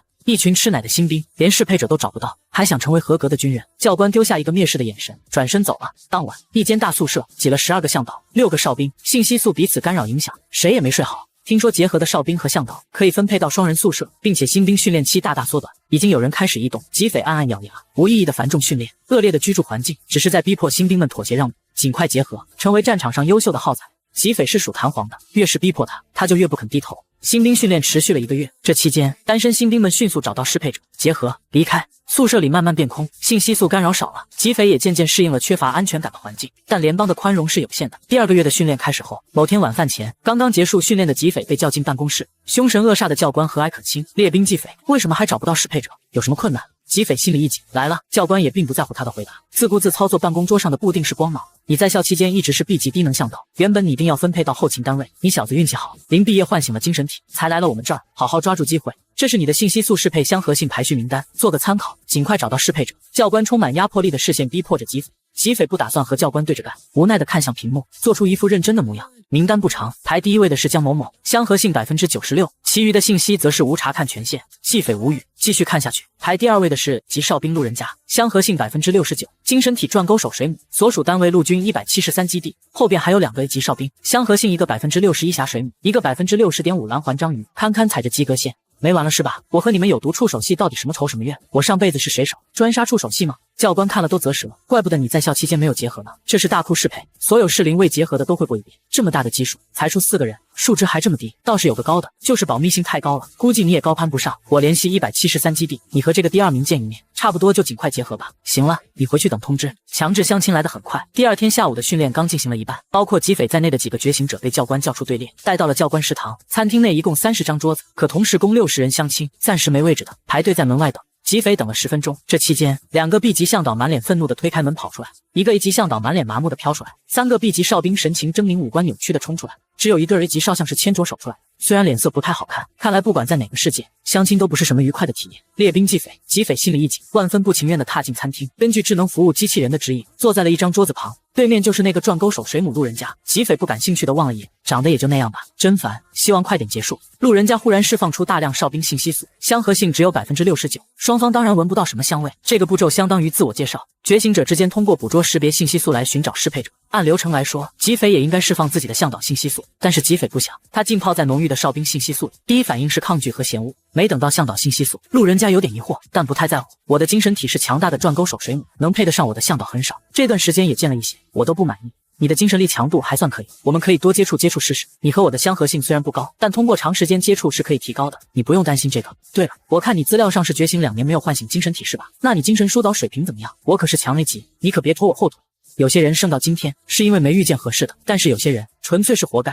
吉斐拿出了早就想好的借口，对不起，相合性太低了，算了吧，你找别人试试。路人甲有点着急，吉斐是他所有代适配者中能级最高的一个，他不想放过。我不是说了吗？通过长时间接触可以提高相合性，这样我们先申请双人宿舍，一起住一段时间，身体接触能有效提高相合性，实在不行再说。我都不嫌弃你当了2年低能向导了，你还要怎样？我可是强 A 级，转钩手水母作战能力很强的。吉斐无心浪费时间，直接手动解除隐私保护模式，起身离开。路人甲愤愤不平地瞪着他的背影。吉斐归队训练，他以为这件事已经过去了，结果还不到半个小时，教官怒气冲冲地把他喊出去。列兵吉斐，你是怎么回事？173基地的哨兵过来和你进行适应性接触，你怎么能对人家语言侮辱？禁闭1小时，好好反省。1个小时后，禁闭时间结束，进来了一台服务机器人，用冷冰冰的电子音说道：列兵吉斐，禁闭结束，立刻归队。哎，真的心累。吉斐绕过服务机器人，就要走出禁闭室，忽然心生紧张，身体向一边跳去，同时精神力涌出，在体表布下一层防护，惨白的光芒一闪而过，几乎是擦着吉斐的身体错了过去。那是一个淡淡的白色虚影，形状是带着倒钩的长条状物，是精神体。几乎是本能的，吉斐外放的精神力绞缠成一股，狠狠抽下，空气里响起一声肉耳听不见的爆响，白色倒钩长条应声而断，门外响起一声惨叫。吉斐一把抓住正在打扫禁闭室地面的服务机器人，强迫其挡在自己身前，充当盾牌，小心翼翼地踏出了禁闭室。门外躺倒着一个人，正因为精神体受损的剧痛惨叫打滚。吉斐吃了一惊，这人竟然是一个半小时前和他相亲的那个哨兵，他袭击自己做什么？有病啊这人！吉斐有心打他一顿，又担心被监控拍到会对自己不利，没好气地喝问道：你袭击我干什么？服务机器人被他挟制在怀里，本来还在发出滴滴滴的警报声，听到这话，警报停止，电子眼闪烁起红光。路人甲痛得神情扭曲，根本没听见他在说什么，只顾着惨叫。精神体是无形之物，不作用于现实，拍照摄影什么的没有用，必须用专门的仪器检测采集精神力波动，才能还原出事实真相。不想做无用功，吉斐放开机器人，从另一边下楼归队。反正路什么也得到教训，精神体受损不仅极其痛苦，而且难以康复，以后前途都会受影响。这个路什么好弱呀，一碰就烂了，就这还叫嚣自己战力强呢？那个谁的触手缠上来，吉斐就怎么挣都挣不开。人和人之间的差别真是比人和狗都大。当天晚饭后，教官臭着脸把他叫走，询问这件事。吉斐实话实说，说完后，教官凶恶的脸庞努力摆出和蔼的表情，直白的表扬道：列兵吉斐，你做得很好，士兵就是要这样，面对敌人不能手软。原来那个路什么是个惯犯，其精神体转钩手水母，折了旁人的精神体会带来巨大的痛苦。他在校时就袭击过有冲突的同学，因为其能力特殊，造成的伤害会让受害者剧痛难忍，却检测不到伤势，还通常狡猾的选择监控死角下手。这次他感觉被吉斐下了面子，怀恨在心，伺机报复，但却忘了军用服务机器人不同于民用，加载了及时检测及调查功能，听到袭击一词后自动触发，赶在现场2人交手产生的精神力残留波动消失前，采集还原了全过程。陆某某的事通报全军，新兵们为之悚然，一时间连香亲热都冷却了。之后，吉斐总算过了几天安生日子。新兵训练第2个月结束的时候，吉斐再次被叫进教官的办公室，他以为又要被催婚，正在头痛之时，却收到了意外的东西——调令。教官笑呵呵：“是的，从对外战线总部协调处发来的，级别很高，你小子走运了。”吉斐心跳莫名快了一拍。在菜鸟基地星球的驳船码头等了1个小时后，运输舰队发来接应讯息，吉斐被安排在其中一艘护卫舰上。去往新服役地点的路途十分漫长，吉斐走到舷窗边，看着黑暗无边的宇宙，感到难以抑制的孤独。生理激素的变化强势地影响着心理状态，吉斐无法自控地去想江世景，想他这些年的处境，是因为置身于茫茫宇宙的漂泊感，联邦才坚持让哨兵向导只能在结合后才进入太空的吗？江世景他没有向导，是如何对抗宇宙的寂寞？不会疯掉吗？联邦为什么让没有向导的江世景踏上战场？回忆他说过的话，我信息素有点紊乱，需要疏导。我因为身体原因轻易不能使用抑制剂，是什么原因导致他不能使用抑制剂？航行又持续了近20天，太空部队停泊在一处卫星基地，历时4个月之久，吉斐终于又踩上了实地。经过繁复的核查程序，吉斐见到的却不是江世景，厌恶被当成炮灰送上联邦战场的男孩，甚至不愿与联邦最强大的3S 级哨兵结合。然而军部的一纸调令还是让他远赴前线基地，签署了厚厚一沓的保密协议之后，来见吉斐的却是一个白大褂。你好，你就是吉斐吧？我是 TM23号基地医疗部的负责人，你叫我南军一就行了。您好，吉斐拿不准自己该不该敬礼，有些犹豫。南军一看出来了，不用敬礼，我是收到邀请来这工作的民间学者，没有加入军队，也没有军衔。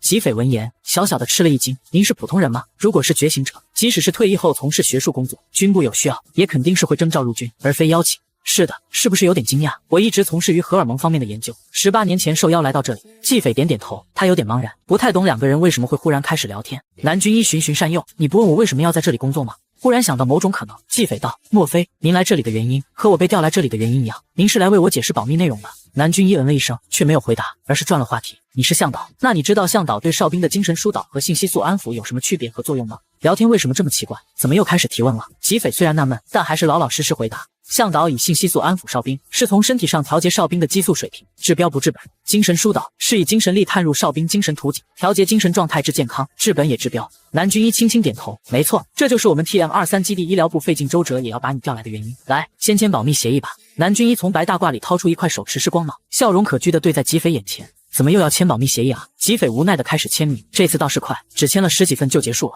南军一收好光脑，神情变得郑重。列兵吉斐，接下来我要告诉你的是德赛联邦的绝密信息，你的安全级别已经提升至绝密级，务必牢记，严格遵守保密协议，尽忠职守，铭记使命。吉斐神色一正，立正敬礼。是。南军一忽然又笑起来，不用这么严肃，来，咱们边走边说。离了大谱了，到底是谁在严肃啊？你怎么阴晴不定的？医疗事业这么摧残人的情绪稳定水平吗？南军一带吉斐上了他开来的一辆敞篷军车，以低速自动驾驶带着2人兜风，语气随意。你之前应该已经见过江石井上将了吧？吉斐心想，来了，果然是因为江石井。吉斐啊，你给江上将做精神疏导了吗？吉斐压下心底丛生的焦虑，尽可能从容不迫地回答，做过2次。南军一下子坐直了身子，眼珠子瞪得溜圆。怎么样，成功了吗？有没有什么不良反应？你精神力减弱了吗？啊，这都是什么问题？吉斐摸不着头脑，应该成功了吧？不是，就疏导而已，精神力怎么会减弱？南军一又靠回去，嘴角露出一丝苦笑。你不知道，江上将的精神体星光水母有剧毒，无解。江上将根本无法得到向导的帮助，只能依靠人工合成信息素的欺骗安抚而苦苦挣扎。我负责他18年了，什么办法都用尽了，却只能眼睁睁看着他越来越靠近精神力暴动失控的结局，看着他慢慢滑落进死亡深渊。南军一重重地捶了一下扶手，我做梦都希望能有个不怕他毒的向导出现啊！吉斐脑子里轰隆的一声，他全明白了。江石井站在他宿舍门前所说的那句话，总有一天你会知道，我从来没有骗过你，也不是夸大其词，我需要你，到那时你就会明白你对我的意义。我对他的意义，是即将溺亡的人抓住的唯一一根救命稻草，我等于是他的一条命。吉斐在回想起江石井对自己的追逐和放手，不由得毛骨悚然。如果2人意味相处，他绝对做不到放手。判了18年的救命稻草，怎么能容他逃脱？而现在的情况是，江石井没有强迫我结合，但把我调来前线，给他当药。之前的放手，莫非是故作姿态，欲擒故纵？江石井，你实在是个狠人。南军一欣慰地看着吉斐，每年都有新的向导觉醒，我都会拿江上将的信息素去觉醒者数据库适配，可惜每一次都是失望。2年前，我发现你和江上将相合性高达96%，我劝他再试一试，一共安排了3人备选，就那么巧，偏偏在见你之前出了一次事故。有个 S 级向导精神力受损降级，他就回来了，没有去见你。我知道他放弃了，之后他主动去了最高烈度的战场，他是打算死那里了。我准备了一管你的信息素给他。我不是觉醒者，体会不到向导和哨兵之间的羁绊，但我研究信息素多年，深知96%相合性的罕见。我寄希望于奇迹，而奇迹真的出现了。感谢你，吉斐，感谢你。你不知道他承受了多少。南军一哽咽起来，激动得不能自已。而吉斐无法共情，他感到尴尬，还有警惕。他已经完全明白了自己对江石井不可替代的用处。江石井又是3S级哨兵，军部上将，他担心会受到方方面面的压力，会被逼迫与江石井结合。吉斐从来都坦然承认自己自私又狭隘，顾全大局之前必须先能自保，自己是最重要的。对未来的忧虑压倒了其他所有的情绪。吉斐听着南军一诉衷肠，简直坐立难安。他害怕南军一下一句就是为了联邦繁荣，为了人民安居，你和江石景结合吧。那他真的不知道该怎么办了。南军一擦了擦激动的眼泪，不好意思地笑了笑。这些年我承受的压力太大，江上将对联邦非常重要，我却保不住他的命。现在你来了就好了，一时失态，希望你理解。吉斐勉强笑了一下。南军一平复了一下情绪，却开始介绍车外的景色。18年前，这里本来是探索星星域的前沿阵地，却忽然出现了不稳定的空间虫洞，刚好连通到几亿光年之外的虫族。虫族是肆虐宇宙的掠夺者，他们什么都吃，毁灭了许多生命和文明，是全宇宙的公敌。那时候，无数虫族跃迁而来，给前沿阵地的探索者们造成了毁灭性打击，许多建设中的星球毁于一旦，几亿人口都进了虫族的口气。吉斐，你看这里的风景如何？话题太跳跃了。吉斐刚被南军一描述的那段沉痛历史吸引，正沉溺其中。南军一忽然这么一问，他差点闪了腰。吉斐往车外看去，这颗星球虽然小，环境还可以，绿草茵茵，微风习习，道路平坦，敞篷军车开着最低速，一点也不颠簸，感受很是舒适。他说很不错啊，和我参加新兵训练时那颗星球比，简直是天堂。南军一神秘一笑，对车载智能说，去边界处，快一点。风驰电掣地跑了20分钟，这期间南军一没有再和吉斐聊天，眼睛一直向前看，直视车头前方。吉斐也看过去，没什么，还是绿草。不对，这草地也太规整了，像是人工营造的。但是在前线基地所在星球上大面积人造草坪，不太合理啊。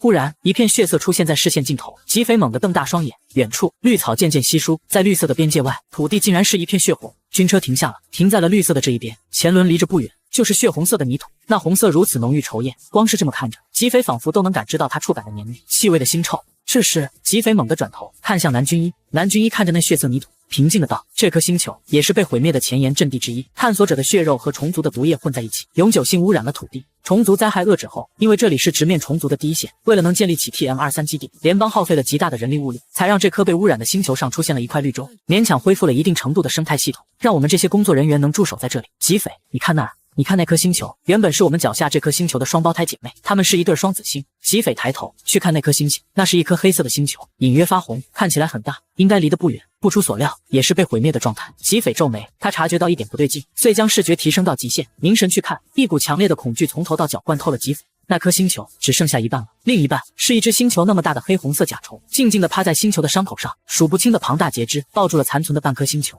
一只虫，半颗星，在那颗星球原本的轨道上沉默地运动着。这就是虫族吗？江石景在前线抵挡的就是这种东西，联邦所面对的就是这种敌人。只是一瞬间，吉斐就原谅了生活中所有的不如意，同时发自生物本能的对英雄的崇拜，对超人力量的敬畏，在吉斐心中激荡。他喃喃自语：是江石景吗？这是江石景杀死的，他这么强。南军一点点头，对，这是当时那只入侵虫族的女皇，生命力极其强大，在真空环境中作战能力很强，她的外壳免疫能量攻击，人族所有武器都失去了作用。江上将直接用精神体作战，以无解剧毒杀死了虫族女皇的精神，只留下打不破的尸体，抱着被他吞噬了一半的星球。他顿了顿，接着道：因为江上将的能力对虫族极其有效，同时又对他人危害性巨大，所以从18年前遏制虫族灾害后，江上将便长期驻守此地，为联邦守着面对虫族的第一战线。吉斐呼吸急促，心脏激烈的搏动，遥望残存的那半颗星球，虫族女皇的尸体就那么静静地趴在星球的伤口上。吉斐还是没忍住，问南军一：江上将他现在怎么样了？南军一神情有点阴郁，不太好，大概8个月前，我们检测到虫洞波动反应激烈，新的空间隧道又要成型。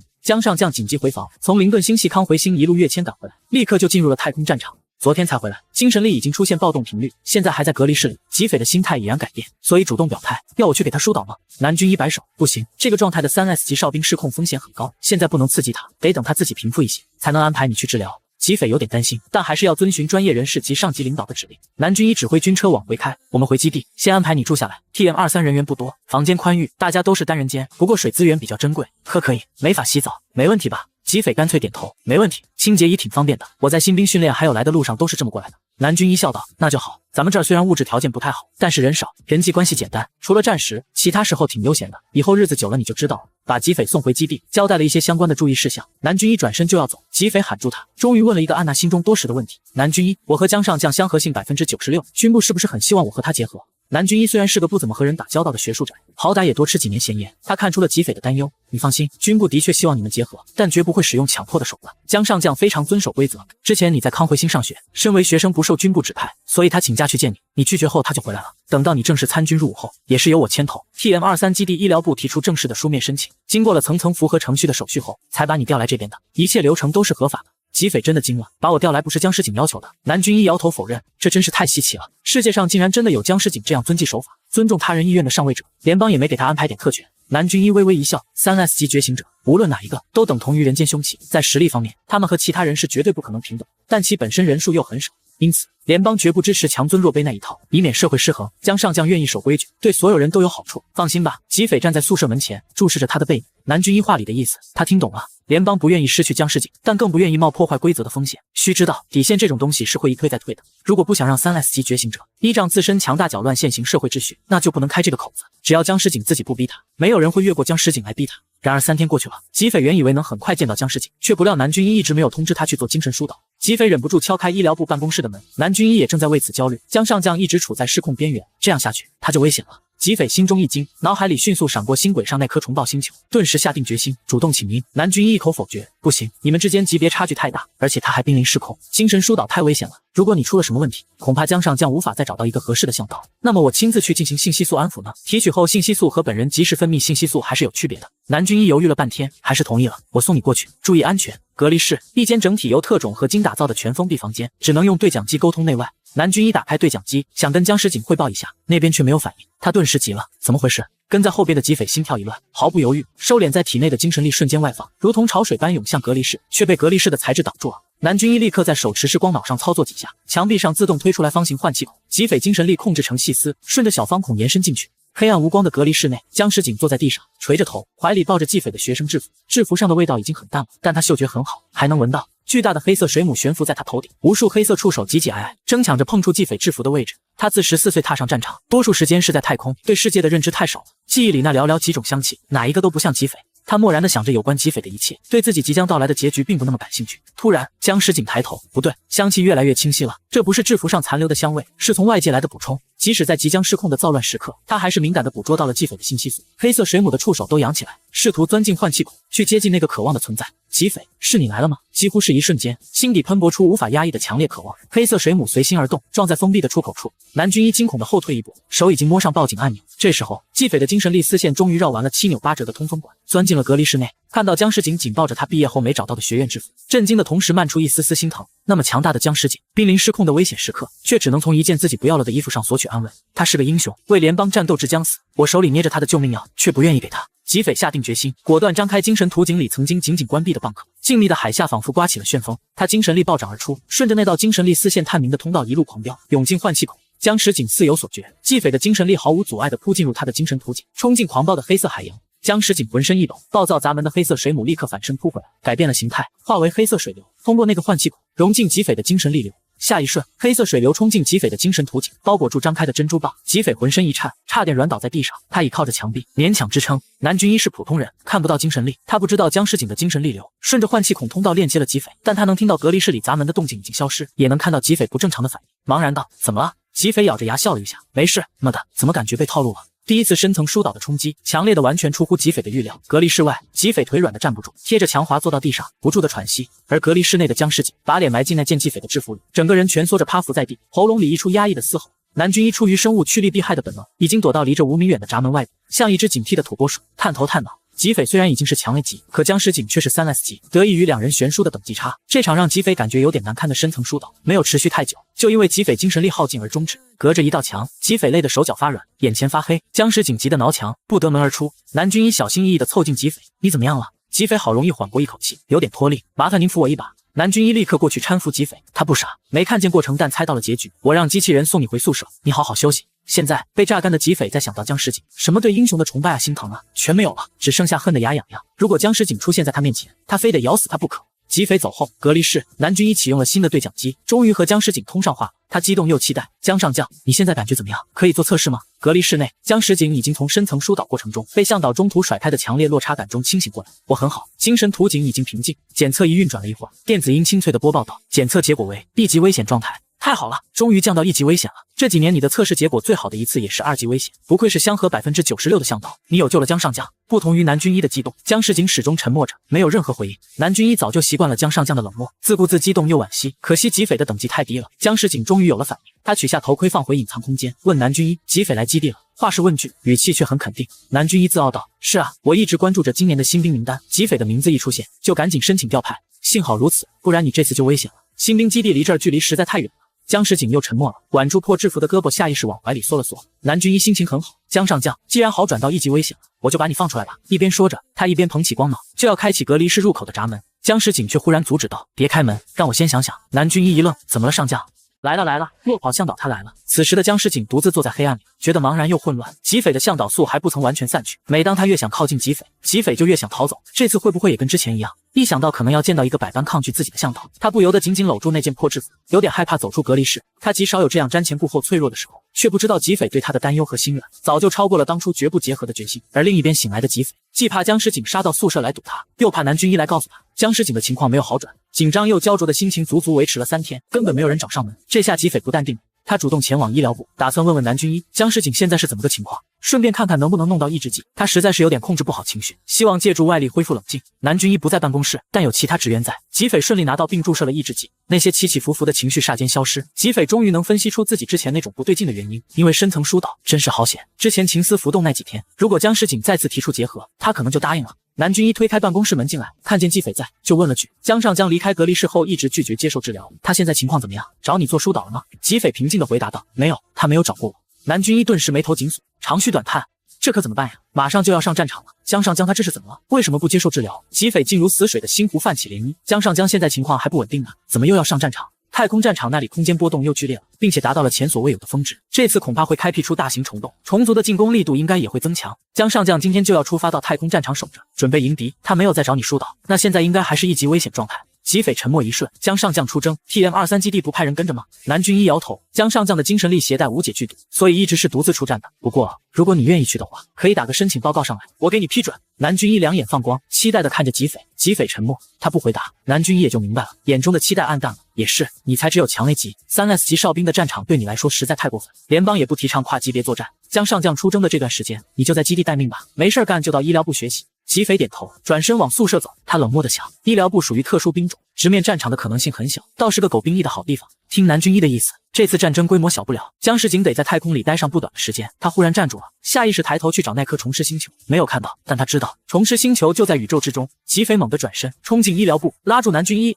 申请怎么写？虫族太空战场处，剧烈的空间波动触发无人检测飞船的自动预警，虫洞形成指标快速上升，基地空间监测人员立刻接通联邦上将江石景汇报情况。江石景申请出战，上级部门则接通了医疗部，要求提供江石景的最新体检报告。江石景却拒绝配合医疗部，要求直接出战。医疗部副部长坐在离他不远的位置，苦口婆心地劝说：“上将，你现在情况很危险，就像在悬崖边上走钢丝，体检是为了你的安全。”江石景充耳不闻，他实际上也没有在听。自从知道纪匪在基地里，只要有空，他就在尝试从空气中捕捉纪匪的味道，这是他新增的小爱好。江石景不愿意体检的原因很简单，纪匪已经被调到医疗部，势必会成为帮他保持状态的关键道具。他了解他的向导，纪匪肯定不高兴被这样对待。作为联邦对付虫族的专用武器已经18年，自己早就习惯了这一切。然而纪匪不一样，他看得出来，纪匪还没有身为联邦财产的自觉。他不愿意用自己不稳定的精神状态去逼迫纪匪，这样只会把纪匪推得更远。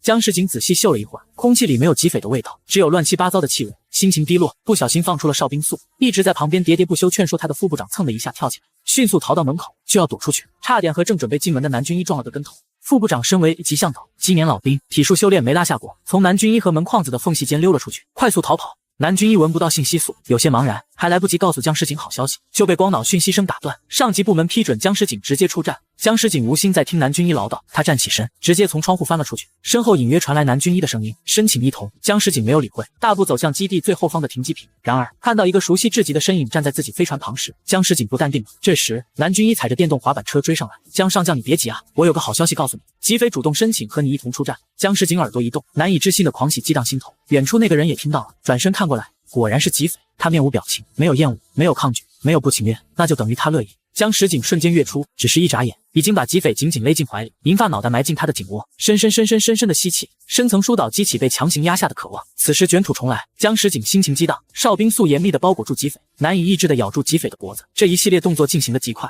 如电光火石一般，令纪匪措手不及，一时间愣住了。南军一踩着滑板车，远远瞅着不太对，尴尬的赶紧掉了个头往回开。纪匪看见南军一转头，终于从愣神中醒过来，气得一拳头砸在江石景脊背上：“放开！我还没有答应和你结合。”江石景又舔了他一口，才恋恋不舍放手，眼神却炙热灼人。纪匪花费10秒钟回忆军队条令，能不能撤回出战申请？答案是不能。脖子上被咬的地方一跳一跳的疼，肯定是破皮了。纪匪瞪了江石景一眼，他怎么总有本事让人下定决心又后悔？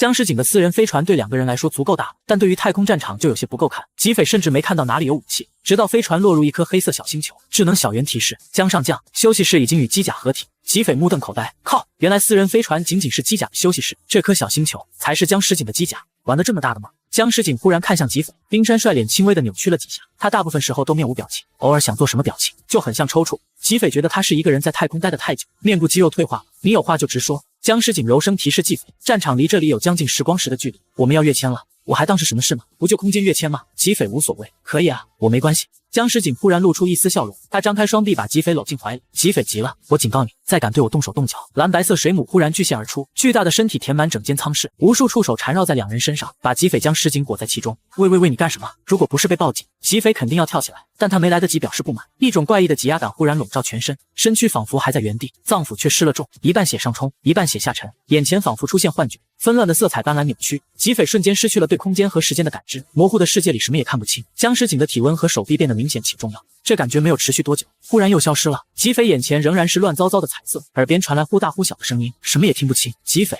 呼吸，视野忽然恢复了，听觉也变正常。吉斐这才发现自己竟然屏住了呼吸，嘴里还咬着一条水母的触手，赶紧呸掉。他剧烈的喘息起来，心跳的咚咚响，血液以不正常的速度冲撞着血管壁。江诗景仍然抱着他，支撑着他的身体。小圆提示：跃迁结束，已到达虫族战场。跃迁？吉斐难以置信的瞪大眼睛，这他妈是跃迁？这和我以前经历的跃迁根本不一样啊！来了，小向导他来了。吉斐经历了与以往完全不同的跃迁，捂着自己的胃部，忍耐着隐隐的反胃感，紧皱眉头，哪里难受？江诗景问道，俯身查看吉斐的瞳孔、眼底、心跳，大手在吉斐身上摸索。我们刚刚是用超空间引擎打开了临时的亚空间缝隙进行了跃迁，身体负担大。江诗景有些歉意，手按在吉斐胸口，给他顺气，力道有些重，却神奇的奏效了，不适感渐渐消失。吉斐缓过劲来，立刻翻脸不认人，无情的推开了江诗景的手。江诗景也不强求，左右人已经跟他出来了，跟虫族打一次，少则3-5月，多则1-2年，不急于一时。我想你应该对我的机甲会感兴趣。吉斐眼神大亮，当即便点头答应，并用眼神催促。两人离开主控室，随便走到哪里，江诗景就介绍一下是什么。这么一看，吉斐大开眼界，这台机甲十分不一般，可以说是为江诗景量身定制的。最大的攻击手段就是强化江诗景作为剧毒水母本身自带的攻击能力，此外配备了一些常规的远程火力作为补充。作为机甲，它动力极其强大，速度非常快，光是超空间引擎就搭载了2个。此外，物理防御和能量防御都很强，堪称皮糙肉厚，闪电刺客。但是整台机甲只有一间屋子能睡人，就是当初在学校时，江诗景陷入结核热后，把吉斐带进去的那间屋子。大事不妙，我觉得我的清白很有危险。吉斐狐疑地盯着江诗景，没有别的房间，一间也没有。真的吗？你是不是在捋我？江诗景看着他，非常诚恳。之前的18年，我都是一个人驾驶机甲出战的，没有必要准备第2间宿舍，白白浪费空间。好强大好完美的理由，简直无可辩驳，甚至都有点心疼他，一个人飘在太空打仗。可我的清白真的危险了。吉斐脑子里警报响个不停，紧张、忐忑、焦虑、不安，种种情绪翻涌不停，走路都开始同手同脚。江诗景却很平静，你累了就在宿舍休息，去修炼室玩会也行，要是想看虫族，等他们来了我让小袁叫你。吉斐脱口而出，我在宿舍，你呢？江诗景不说话了，直勾勾盯着他，眼神极其可怕。吉斐脸都僵了，在心里痛打自己，跟恶犬同处一室本来就够危险的，为什么还拿肉包子在他眼前晃悠？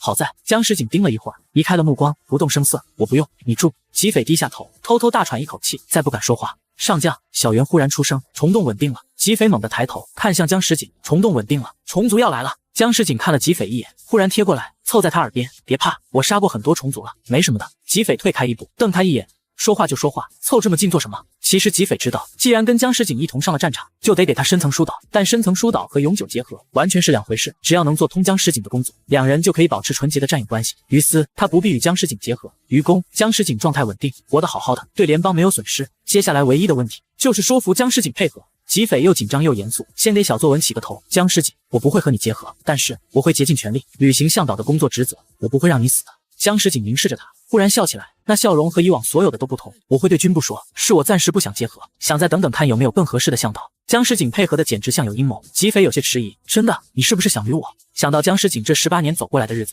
又觉得十分可信。毕竟江诗景是个狠人，因为守规矩，命都可以不要的那种狠人。好人呐，有江诗景打掩护，他就可以苟着了。那以后就合作愉快了。战友，吉斐抓着江诗景的手摇了摇。好的，我的命就靠你了，战友。江诗景学着他的样子摇了摇手。俩人握着手，算是完成了一个简洁而庄重的结盟仪式。随后2只手分开，保持了纯洁战友的友好距离感。一直压在心头的大石头终于搬开。既然已经达成战友协议，吉斐立刻投入新的角色中。你现在精神状况如何？江诗景表示挺好的，不会失控。你没有向导的时间太久，最好是能连续做几次深层疏导，好好清除一下过往淤积的暗沉。讨论着治疗方案，吉斐不由得想起以前给江诗景做精神疏导时，看见了充满负面能量的深海，还在同情江诗景未来的向导。万万没料到这桩苦差事最后居然落到自己身上，上辈子没当上的牛马，这辈子要补齐了。你先好好休息，我去主控室看看。江诗景大步走出房间。小袁，清除我和吉斐作战时间以外的所有监控，以后除非作战，其他时间监控都关了。好的，已执行指令。上将，您购买的追求向导教程还有最后2个课时没有听完，请问是否为您安排听课？江诗景冷然道。删除吧，那种东西没什么用。他发现了，吉斐不同于这世界上的任何一个向导，哨兵正常的追求手段似乎只起了反作用。不能着急，江诗景告诉自己，必须忍耐，先搞清楚吉斐到底想要什么。